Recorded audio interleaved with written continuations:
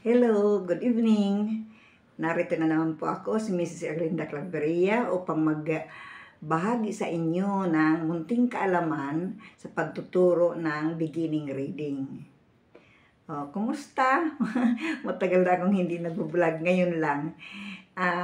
Sa araw na ito, sa gabing ito ay magsishare ako tungkol sa pagpapatutor sa inyong mga anak na mga non-readers or beginners at ganun din sa non-numerates.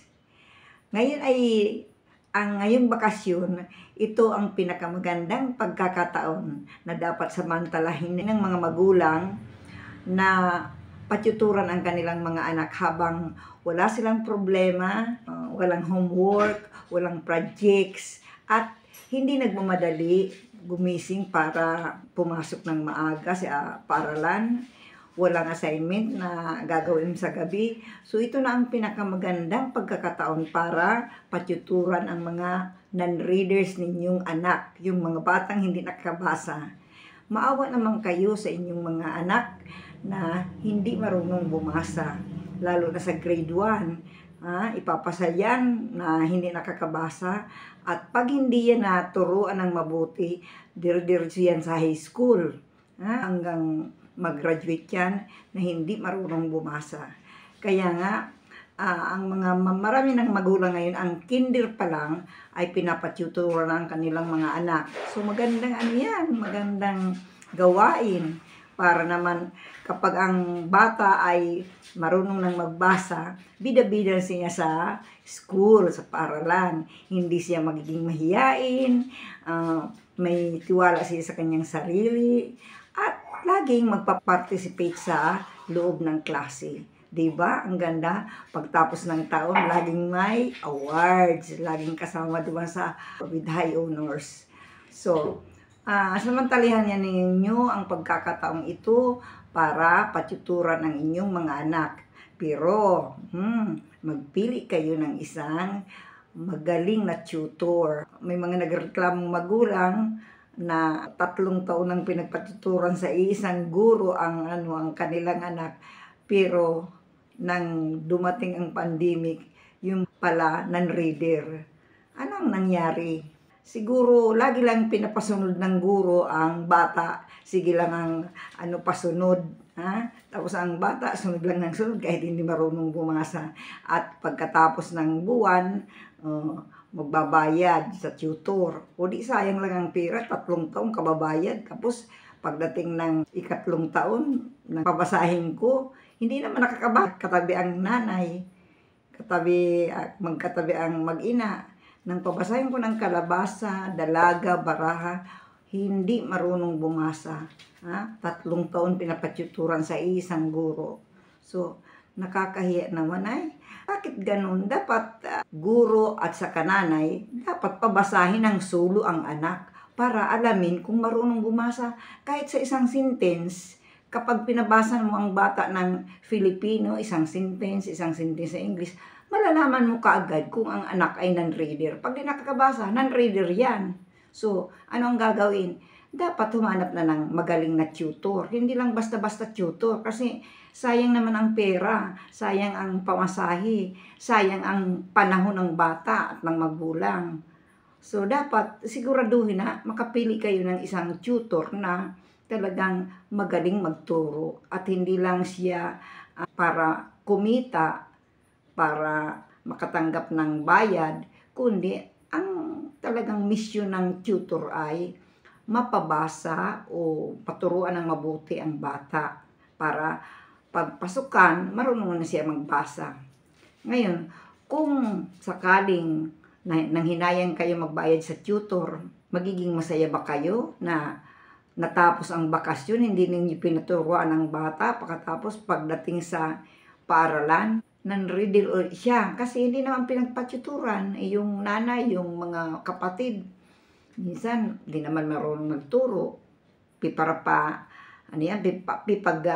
after me. Pipa-repeat lang ang bata, pipagaya. Hindi naman ganyan ang pagturo ng beginning reading. May technique na sinasabi. Ngayon, Ang technique ng iba ay sounds, sound technique at nagtuturo ng alphabet. Sa akin naman, iba naman ako. Hindi ako nagtuturo ng alphabet kasi kung magtuturo ako ng alphabet at uunahin ko ang sounds, ay matatagalan. Just imagine, teach one sound a day for mastery. 20 days lang naman, 20 sessions lang naman ang tutorials ko. 20 sessions kasi 10 hours lang yan. 30 minutes per session. Ngayon, kung magtuturo ka ng alphabet, magtuturo ka ng sound sa unahan, matatagalan yan, hindi makakabasa ang bata.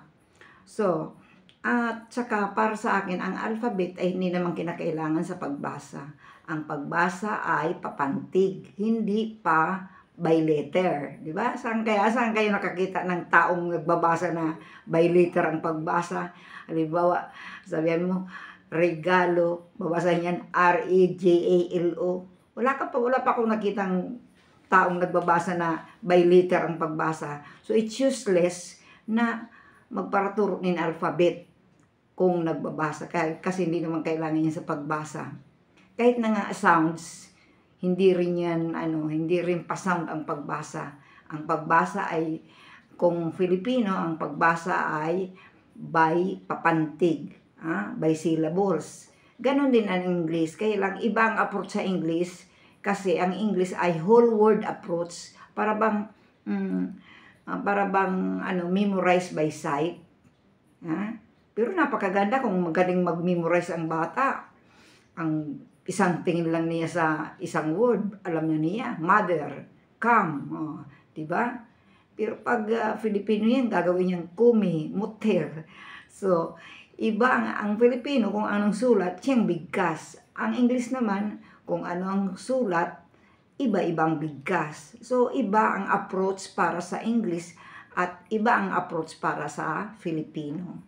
So, kailangan magpili kayo, maghanap kayo ng tutor na eksperto, matagal ng tutor, alam na kung paano pagbabasa sa mga bata, at ito ay kilala siya, word of mouth, sabi. Kilala dahil marami nang nagpa-tutor sa tutor na yan, at marami nang napabasa.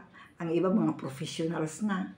So, iwasan ang kung gusto niyo makatipid, iwasan ang pagpa-tutor sa mga sinasabi daw na tutor na di ba naman pala marunong sayang lang ang bayad ninyo.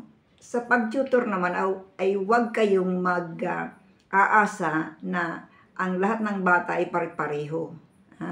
Kasi ang Claveres technique ay mayroon lang 4 na lessons. 4 na aralin. Kung ikumpara mo sa Marungko technique, yan ay may 38 lessons at ang policy dyan ay teach one sound a day for mastery. Just imagine kung pa isa-isang tunog, iabutin ka niya tapos ng tutorials, hindi pa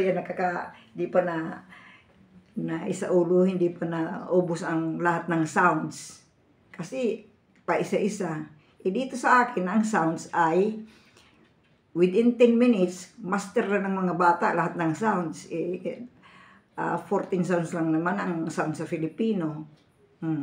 Kaya, master yan ng bata sa loob lang ng 10 minutes, lalo na kung ang bata ay isang fast learner. Dito naman sa akin, ang fast learner ay master ang 4 na lessons na yan sa loob lamang ng 1.5 hours. So, magsimula kang Monday, pagdating ng Thursday, magbabasa na kami ng story. Story sa aklat na English and Filipino. Stories kasi isang story sa Filipino, isa naman story sa English. Magsisimula na kami diyan magbasa. 15 minutes sa English, 15 minutes sa Filipino. Tapos ang remaining sessions, pagpapabilis na lamang at sanay ng paglinang ng kanyang comprehension. Ang average, aabutan niya ng 5 hours. Halimbawa, kung 20, pag ikasampung session, ay master na niya ang 4 na aralin. Magbabasa na rin siya ng aklat. Ang masaklap ay ang slow learner, sapagkat ang slow learner ay 10 minutes lang ang span of attention. So, hindi mo siya maaasahan na matututo sa loob ng 20 sessions.